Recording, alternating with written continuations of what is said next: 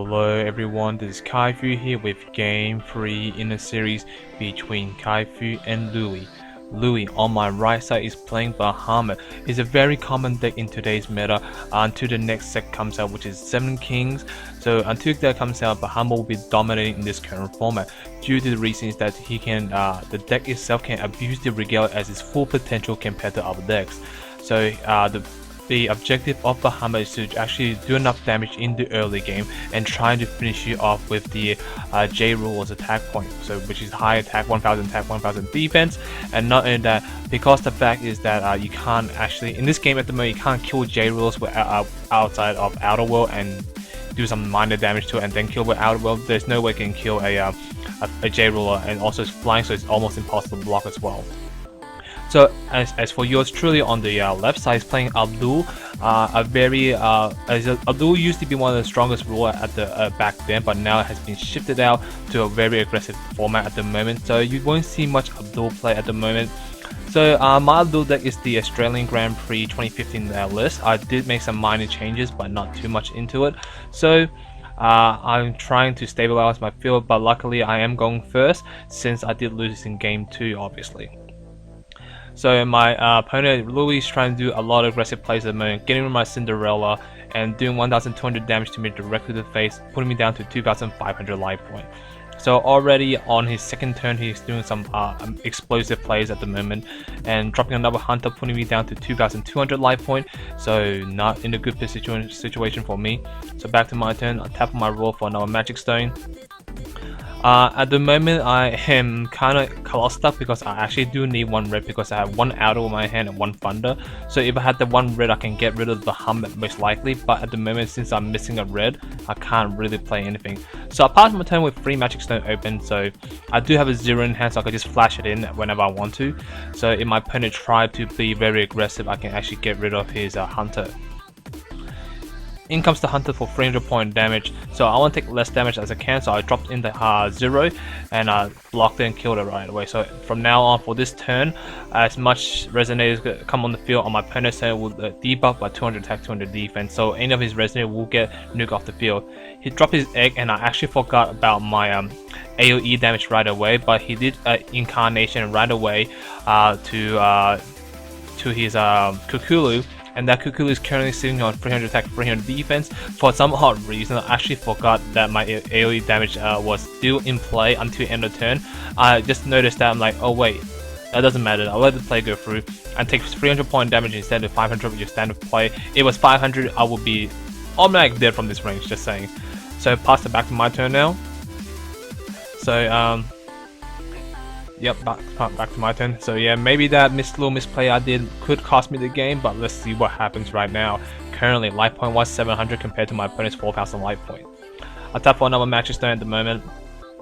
So life point wise not looking too good. 2 thunders can instant kill me right away. So I'm gonna see what I can do in this current situation.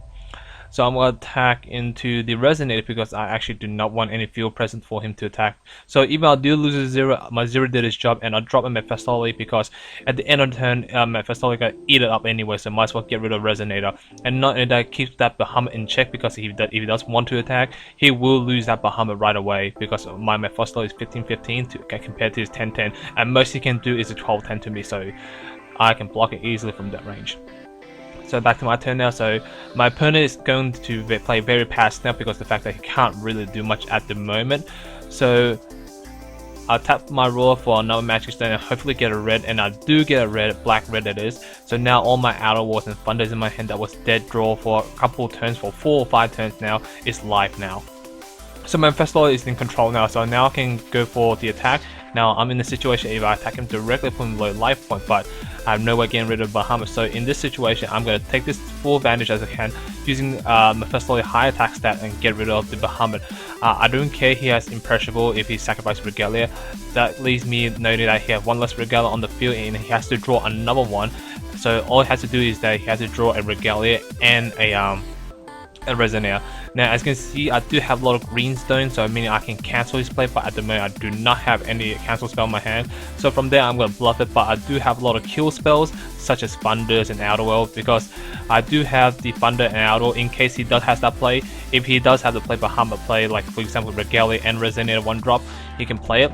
I can actually get rid of the Bahamut with Outer World in my hand combined with the True Stone I have on the field, so that's exactly enough to do 1000 point of damage. So let's see what happens from here. Now my opponent tapped for another Magic Stone, so he can't do any aggressive plays at the moment, so unless he dropped like a couple of Hunters to do something, but he actually dropped Garo, which will be enough to damage my life down to 0 if it's a direct attack. So from here I'm looking at my hand. I do have Outer World in hand, but I don't have a Stoning to Death, so I was actually have to use the Outer World, getting rid of the Garo, because Garo will kill me from this range, so I was forced to use it sadly, but I would have saved it if it wasn't for the Garo. So I would have saved it against the Bahamut just in case it does happen. So now back to my turn. Now I was considering what to do in this situation. I have a flying Mephisto that can do enough damage on the wall to even the playing field, hopefully. Now I was considering to tap my rule at this stage, but I was thinking like, I'm already up ahead in Magic Stone. I don't need that much Magic Stone. If my opponent drops like a Hunter or Garo or something, I can't actually reduce that damage. So if I leave my ruler untapped, I can actually debuff the attack by 300 attack, 300 defense. Not only that, I can use my True Stone along with it minus 500 so defense. So I can actually potentially get rid of a 500 Resonator attack or defense. So which is really good for me. So I'm attacking directly for 1500, and I'm gonna pass my turn from here. I do have a lot of kill spell in hand, like I got Thunders, and I got like Thunders, and I can't remember my other hand, but I do have the Abdul recover position just in case he drops something enough to just kill me. I can just debuff by 300 attack, 300 defense. You might not consider it is a lot, but it does consider a lot. That extra 300 debuff could matter in the long run. Now my opponent drops the Flame King, I believe that's what it's called. Able to do 400 AoE damage directly to my field, and he thought he can get grabbed from the graveyard, and was double checking does it grab from the graveyard. If it did, I would have like I was able to kill it anyway because I have a Thunder and a face up of Blue anyway, so it's fine for me. So now he can drop a card from his hand and gain swiftness for the turn. He drops his 1-drop, which is a 5/1, which is easy for me to handle because I do have Abdul. And I was considering using Thunder, but I was might as well use my True Stone, save cards in hand, and I debuff by 200. And you'd be wondering why wouldn't I use the Abdul? Just in case my opponent drops a Hunter, and Hunter is exactly 300 defense, and my Abdul can just instantly kill if he does drop a Hunter. So I will make him waste resources if he has to. So back to my turn. So 1500 directly flying in the air, putting my opponent down to 1000 life point, playing even level now. Now I'm gonna attach the marker binding and then attack him directly again. So which will be enough damage on the board for game. Thank you for watching. Thank you for listening, guys. Hope you guys enjoyed it. Please stay tuned for next time. Peace.